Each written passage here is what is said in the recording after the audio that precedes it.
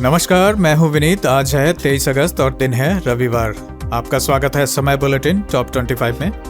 आइए नजर डालते हैं उत्तर प्रदेश की आज की बड़ी खबरों पर। यूपी बोर्ड में 11वीं और 12वीं की परीक्षा का पैटर्न बदलेगा। यूपी के 3 शिक्षकों को मिलेगा राष्ट्रीय शिक्षक पुरस्कार। यूपी में ई वाहनों की सब्सिडी के लिए 50 करोड़ मंजूर। रिजर्वेशन हटाओ आंदोलन को केंद्र से बातचीत का भरोसा। 400 टन से ज्यादा चीनी रखने पर होगी कार्रवाई। काशी में शुरू हुआ 3 दिवसीय ओडिशा पर्व। और बंगाल की खाड़ी में कम दबाव का क्षेत्र, यूपी समेत कई राज्यों में भारी बारिश। अब बाकी के समाचार देखते हैं विस्तार से। यूपी बोर्ड में 11वीं और 12वीं की परीक्षा का पैटर्न बदलेगा। नई राष्ट्रीय शिक्षा नीति के तहत यूपी बोर्ड की 11वीं और 12वीं की परीक्षा व्यवस्था में बदलाव होने जा रहा है। अगले शैक्षणिक सत्र से गैर प्रायोगिक विषयों में 80 नंबर की लिखित परीक्षा और 20 नंबर का आंतरिक मूल्यांकन होगा। जिन विषयों में 30 नंबर की प्रायोगिक परीक्षा होती थी, उसमें अब 20 नंबर होंगे। नए प्रश्न पत्र में हर यूनिट से सवाल पूछना जरूरी होगा और हर यूनिट के लिए अंक तय होंगे।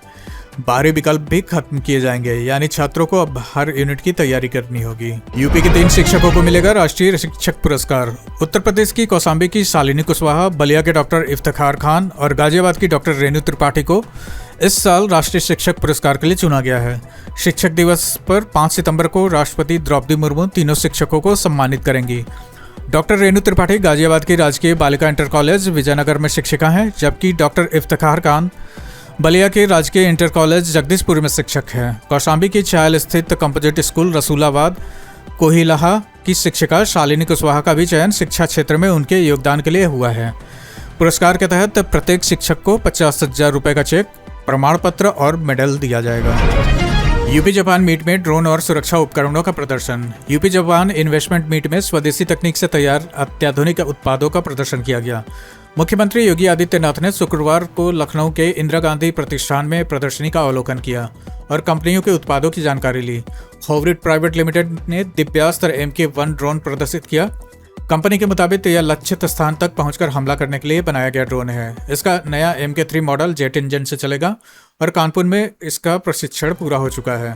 सैनिकों की सुरक्षा से जुड़े बैलिस्टिक उपकरण भी प्रदर्शनी में आकर्षण का केंद्र रहे। यूपी में ई वाहनों की सब्सिडी के लिए 50 करोड़ मंजूर। उत्तर प्रदेश सरकार ने वित्तीय वर्ष 2026-27 में इलेक्ट्रिक वाहनों को बढ़ावा देने के लिए 50 करोड़ रुपए मंजूर किए हैं। यह रकम परिवहन विभाग के बजट में इलेक्ट्रिक वाहनों की सब्सिडी के लिए तय मद से खर्च होगी। इससे पिछले साल से कुछ जिलों में रुकी सब्सिडी का भुगतान किया जा चुकेगा। निर्धारित लक्ष्य पूरा होने के कारण कुछ जिलों में दिसंबर से सब्सिडी की प्रक्रिया अस्थायी रूप से प्रभावित थी। अब स्वीकृत रकम से पात्र ग्राहकों को रुकी हुई सब्सिडी का लाभ मिलने की उम्मीद है। BS6 वाहन खरीदने पर पुराने बस ट्रक मालिकों को छूट। NCR में BS01 से BS04 तक के पुराने बस और ट्रक स्क्रैप कर नया BS6 वाहन खरीदने पर वाहन मालिकों को पंजीयन शुल्क और वाहन टैक्स में 100% छूट मिलेगी। रोड टैक्स में भी 10 साल तक पूरी छूट दी जाएगी। यह योजना यूपी के मेरठ, गाजियाबाद, गौतम बुद्ध नगर, हापुड़, बागपत, बुलंदशहर, मुजफ्फरनगर और शामली में लागू की गई है। पुराने वाहन स्क्रैप कराने पर मालिक को निक्षेप प्रमाण पत्र मिलेगा, जिसके आधार पर नया डीजल या CNG या इलेक्ट्रिक वाहन खरीदने पर छूट मिलेगी। यूपी में कैब वाहनों की उम्र सीमा बढ़ाकर 12 साल। प्रदेश में ओला, उबर, रेड बस और इन ड्राइव जैसी कैब सेवाओं से जुड़े कमर्शियल यात्री वाहनों का परिवहन विभाग के पोर्टल पर पंजीकरण जरूरी होगा। नए नियमों के तहत अब 12 साल तक पुराने वाहनों का भी पंजीकरण किया जा सकेगा। पहले वाहन की अधिकतम उम्र 8 साल तय की थी, जिससे वाहन मालिकों के विरोध के बाद बढ़ाकर 12 साल किया गया है। इन वाहनों में पैनिक बटन और व्हीकल लोकेशन ट्रैकिंग डिवाइस लगाना जरूरी होगा। इससे वाहनों की नियमित निगरानी की जा सकेगी। चीनी की जमाखोरी रोकने के लिए यूपी में सख्ती। चीनी के पर्याप्त उपलब्धता के बावजूद कालाबाजारी और जमाखोरी के लिए योगी सरकार ने सख्ती बढ़ा दी है। मुख्यमंत्री योगी आदित्यनाथ ने अधिकारियों को निर्देश दिया है कि कोई भी कारोबारी 30 दिन से ज़्यादा चीनी का भंडारण न करे। एक समय में 400 टन से ज़्यादा स्टॉक रखने वाले डीलरों पर कार्रवाई होगी और ज़रूरत पड़ने पर एस्मा के तहत भी कार्रवाई की जाएगी। प्रदेश में फिलहाल 179,38,000 क्विंटल चीनी उपलब्ध है। सरकार के मुताबिक पिछले 1 महीने में खुदरा बाजार में चीनी की कीमत 48 रुपये 18 पैसे से बढ़कर 65 रुपये प्रति किलो तक पहुंच गई है। बिजनौर में 1000 हेक्टेयर में बनेगा नया औद्योगिक क्षेत्र। बिजनौर में नया औद्योगिक क्षेत्र विकसित करने की तैयारी है। इसके लिए 1000 हेक्टेयर जमीन की जरूरत है। प्रशासन पहले तहसील सदर के 10 गांवों की 652 हेक्टेयर जमीन का प्रस्ताव यूपीडा को भेज चुका है। अब बाकी के 348 हेक्टेयर जमीन की तलाश की जा रही है। यूपीडा की योजना बिजनौर से गुजर रहे हाईवे 119 और गोरखपुर शामली एक्सप्रेसवे के किनारे औद्योगिक क्षेत्र विकसित करने की है। इसका मकसद जिले में औद्योगिक निवेश को बढ़ावा देना है। यूपी समेत 6 राज्यों में एलपीजी पाइपलाइन बनेगी। देश में एलपीजी की सप्लाई मजबूत करने के लिए करीब 7,000 करोड़ रुपए की लागत से 1800 किलोमीटर लंबी पाइपलाइन बिछाई जाएगी। Petroleum and natural gas regulatory board ने यूपी, तेलंगाना, महाराष्ट्र, उत्तराखंड, कर्नाटक और गोवा में 3 एलपीजी पाइपलाइन परियोजनाओं को मंजूरी दी है। इन परियोजनाओं के बाद देश का common carrier LPG pipeline network का 7700 किलोमीटर से बढ़कर 9500 किलोमीटर हो जाएगा। इससे एलपीजी की सप्लाई के लिए सड़क परिवहन पर निर्भरता कम करने और देश के अंदर गैस पहुंचाने की क्षमता बढ़ाने में मदद मिलेगी। ऑनलाइन उपस्थिति में यूपी के 71 जिले पिछड़े। यूपी बोर्ड ने सभी मान्यता प्राप्त माध्यमिक विद्यालयों में शिक्षकों, कर्मचारियों और छात्रों की उपस्थिति पोर्टल पर ऑनलाइन दर्ज कराना अनिवार्य किया है। लेकिन 13 अगस्त तक स्थिति के मुताबिक प्रदेश के 75 में से 71 जिलों में 50% से ज़्यादा स्कूलों में ऑनलाइन उपस्थिति दर्ज नहीं हो रही है। सिर्फ 4 जिलों में 50% से ज़्यादा स्कूलों में यह व्यवस्था लागू हो पाई है। आंकड़ों के बाद यूपी बोर्ड के अपर सचिव प्रशासन सत्येंद्र कुमार सिंह ने सभी जिला विद्यालय निरीक्षकों को पत्र लिखकर 100% ऑनलाइन उपस्थिति दर्ज कराने के निर्देश दिए हैं। बंगाल की खाड़ी में कम दबाव का क्षेत्र, यूपी समेत कई राज्यों में भारी बारिश। अगले 24 घंटे में पश्चिम बंगाल और बांग्लादेश के तट के पास उत्तरी बंगाल की खाड़ी में कम दबाव का क्षेत्र बनने की संभावना है। इसके असर से ओडिशा और छत्तीसगढ़ में अगले 3 दिन बहुत भारी बारिश हो सकती है। पूर्वी मध्य प्रदेश में बने एक और कम दबाव के क्षेत्र के कारण आज पूर्वी यूपी और पूर्वी मध्य प्रदेश में भी बहुत भारी बारिश की चेतावनी है। 22 से 25 अगस्त के बीच पूर्वी यूपी में कई जगह तेज बारिश का अनुमान है। उत्तराखंड में 22 से 28 अगस्त तक कुछ जगह आंधी बिजली गिरने की चेतावनी जारी की गई है। राम मंदिर चढ़ावा चोरी मामले में एफआईआर की मांग, वकीलों ने दी आंदोलन की चेतावनी। अयोध्या के श्री राम मंदिर में चढ़ावा चोरी के आरोपों को लेकर फैजाबाद बार एसोसिएशन ने एक बार फिर कार्रवाई की मांग की है। एसोसिएशन ने राम मंदिर ट्रस्ट के पूर्व महासचिव चंपत राय, पूर्व ट्रस्टी अनिल मिश्रा और आरएसएस पदाधिकारी गोपाल राव के खिलाफ एफआईआर दर्ज करने की मांग की है। बार एसोसिएशन की आम सभा की बैठक में फैसला लिया गया कि अगर तीनों के खिलाफ एफआईआर दर्ज नहीं हुए तो आंदोलन किया जाएगा। अधिवक्ताओं ने एसएसपी गौरव ग्रोवर से मुलाकात कर भी कार्रवाई की मांग की। चंदौली में कुएं में उतरे 4 किसानों में से 3 की जहरीली गैस से मौत। चंदौली के साहबगंज थाना क्षेत्र के किढ़ीरा गांव में समरसेबिल निकालने के लिए कुएं में उतरे 4 किसानों की हालत बिगड़ गई। कुएं में जहरीली गैस बनी हुई थी जिसका उन्हें अंदाजा नहीं था। गहराई में पहुंचते ही चारों का दम घुटने लगा और वे कुएं में ही गिर गए। सूचना पर पुलिस और प्रशासन की टीम मौके पर पहुंची और चारों को बाहर निकाला। सभी को अस्पताल ले जाया गया, जहां डॉक्टरों ने 3 किसानों को मृत घोषित कर दिया। चौथे किसान का इलाज चल रहा है। रिजर्वेशन हटाओ आंदोलन को केंद्र से बातचीत का भरोसा। जंतर मंतर पर प्रदर्शन कर रहे रिजर्वेशन हटाओ आंदोलन के प्रतिनिधि मंडल ने शनिवार को यूपी के डिप्टी सीएम ब्रजेश पाठक से मुलाकात की।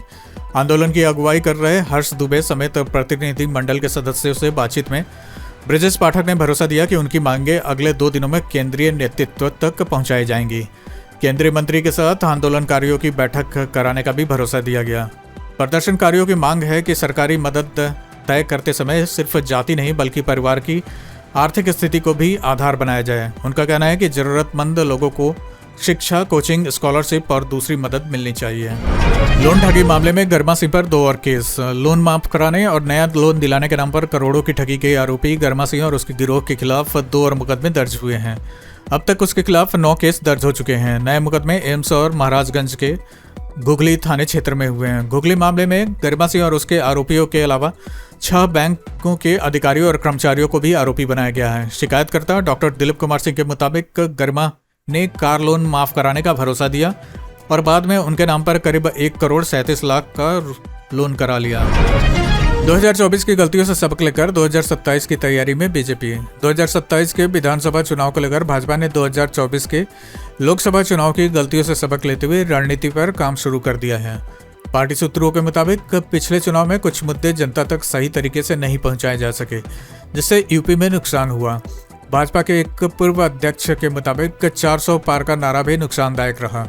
पार्टी इसके कारण जनता को समझाने में सफल नहीं रही, जबकि विपक्ष संविधान बदलने का नैरेटिव बनाने में कामयाब रहा। अब भाजपा इन गलतियों को दोहराने से बचने की तैयारी में है। अखिलेश के बयान पर मायावती ने माफी की मांग की। बसपा प्रमुख मायावती ने अखिलेश यादव के 54 रुपया वाले बयान पर निशाना साधा है।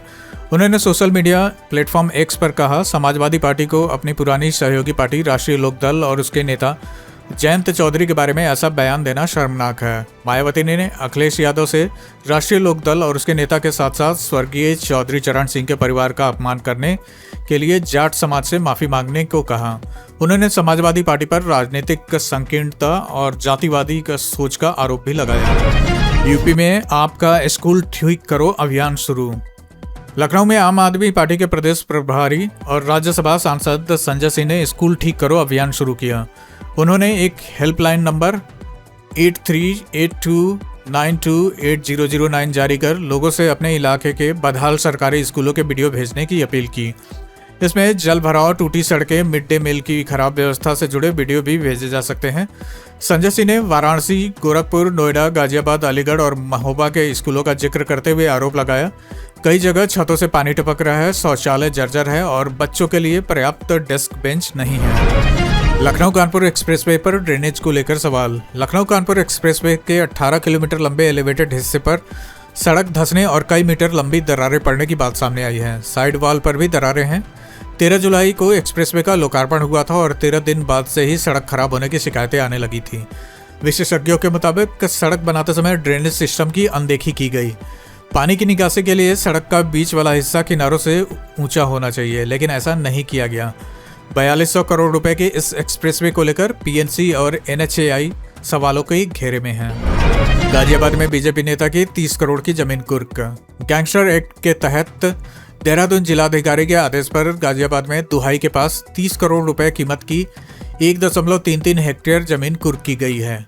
यह जमीन भाजपा नेता केडी त्यागी की कंपनी के नाम पर है और उन्होंने इसे करीब 1 साल पहले खरीदा था। प्रशासन के मुताबिक देहरादून में हुई एक लूट से जुड़े धन को जमीन में लगाए जाने की आशंका से यह कार्रवाई की गई है। भाजपा नेता केडी त्यागी ने कार्रवाई पर सवाल उठाते हुए कहा कि जिस मुकदमे में यह कदम उठाया गया है उसमें उनका या उनके परिवार के किसी सदस्य का नाम नहीं है। स्मार्ट मीटर फटने से एक परिवार के 4 लोग झुलसे। सुल्तानपुर के आवास विकास कॉलोनी के पास 7 अलग अलग घरों में लगे स्मार्ट मीटर एक साथ फट गया। हादसे में एक ही परिवार के 4 लोग झुलस गए, जिसमें 2 बच्चे भी शामिल हैं। सभी का इलाज निजी अस्पताल में चल रहा है। हादसे के बाद मोहल्ले के लोगों में बिजली विभाग को लेकर नाराजगी है।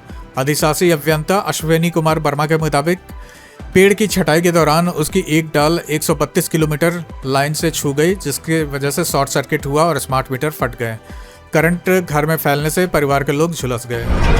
यूपी में चुनाव से पहले सड़क पुलों के काम में तेजी। 2027 के विधानसभा चुनाव से पहले यूपी के विधायक अपने क्षेत्रों में सड़क और पुल पुलिया के काम जल्द शुरू कराने में जुट गए हैं। मुख्यमंत्री योगी आदित्यनाथ ने इस वित्तीय वर्ष 30,000 करोड़ रुपए की लागत से सड़क और पुल पुलिया बनाने की कार्य योजनाओं को मंजूरी दी है। जिले से करीब 1,67,000 करोड़ रुपए की योजनाएं भेजी गई थी, जिनमें से विधानसभा क्षेत्रवार प्राथमिकता वाली 30,000 करोड़ रुपए की योजनाएं मंजूर हुई। सत्ता पक्ष के हर विधायक के पास करीब 65 करोड़ रुपए तक के काम होंगे। लखनऊ में जापानी छात्र और सीएम योगी की सेल्फी। लखनऊ में जापान के यामानाशी प्रांत से आए एक छात्र ने मुख्यमंत्री योगी आदित्यनाथ के साथ सेल्फी ली। जापानी प्रतिनिधि मंडल यामानाशी के राज्यपाल कोटारो नागासाकी के नेतृत्व में लखनऊ आया था। प्रतिनिधि मंडल के साथ जापानी छात्र भी आए थे और लखनऊ के विद्यार्थी भी इस संवाद में शामिल हुए। इस दौरान छात्रों के बीच बातचीत, सांस्कृतिक परिचय और आपसी सहयोग पर जोर रहा। मुख्यमंत्री के साथ जापानी छात्र की सेल्फी इस मुलाकात का खास पल रही। काशी में शुरू हुआ 3 दिवसीय ओडिशा पर्व। वाराणसी के बड़ा लालपुर स्थित पंडित दीनदयाल व्यापार संकुल में शनिवार से 3 दिवसीय ओडिशा पर्व शुरू हुआ। ओडिशा सरकार के पर्यटन विभाग ने फिक्की के सहयोग से इसका आयोजन किया है। कार्यक्रम में ओडिशा की कला, संस्कृति, हस्तशिल्प, पारंपरिक व्यंजन और पर्यटन की संभावनाएं दिखाई जा रही हैं। उद्घाटन के दौरान कलाकारों ने रंगारंग सांस्कृतिक प्रस्तुतियां की। आयोजन का उद्देश्य ओडिशा की समृद्ध सांस्कृतिक विरासत और पर्यटन से जुड़ी संभावनाओं को काशी के लोगों के सामने रखना है। रक्षाबंधन पर महिलाओं को सीएम योगी का तोहफा। मुख्यमंत्री योगी आदित्यनाथ ने रक्षाबंधन पर प्रदेश की महिलाओं को मुफ्त बस यात्रा का तोहफा दिया है। 27 अगस्त की रात से 28 अगस्त की रात तक यूपी रोडवेज की बसों में महिलाएं एक सहयोगी के साथ मुफ्त यात्रा कर सकेंगी। सीएम ने महिला सुरक्षा के लिए एंटी रोमियो स्क्वाड सक्रिय रखने और प्रमुख मार्गों पर यातायात व्यवस्था दुरुस्त रखने के निर्देश दिए। उन्होंने कहा कि त्योहारों पर महिलाओं को सुरक्षित और सुगम यात्रा उपलब्ध कराना उनकी प्राथमिकता है। योगी ने निर्देश दिए, नशे का सेवन करने वाले चालकों को बस चलाने की अनुमति न दी जाए। निजी बस चालकों का सत्यापन कराने के साथ ऑटो और टैक्सी चालकों की भी जांच सुनिश्चित की जाए। इसी के साथ आज की खबरों का सिलसिला हम यही समाप्त करते हैं। अगर आपको लगता है कि ऐसी खबरें जरूरी हैं तो चैनल सब्सक्राइब करके जुड़े रहिए।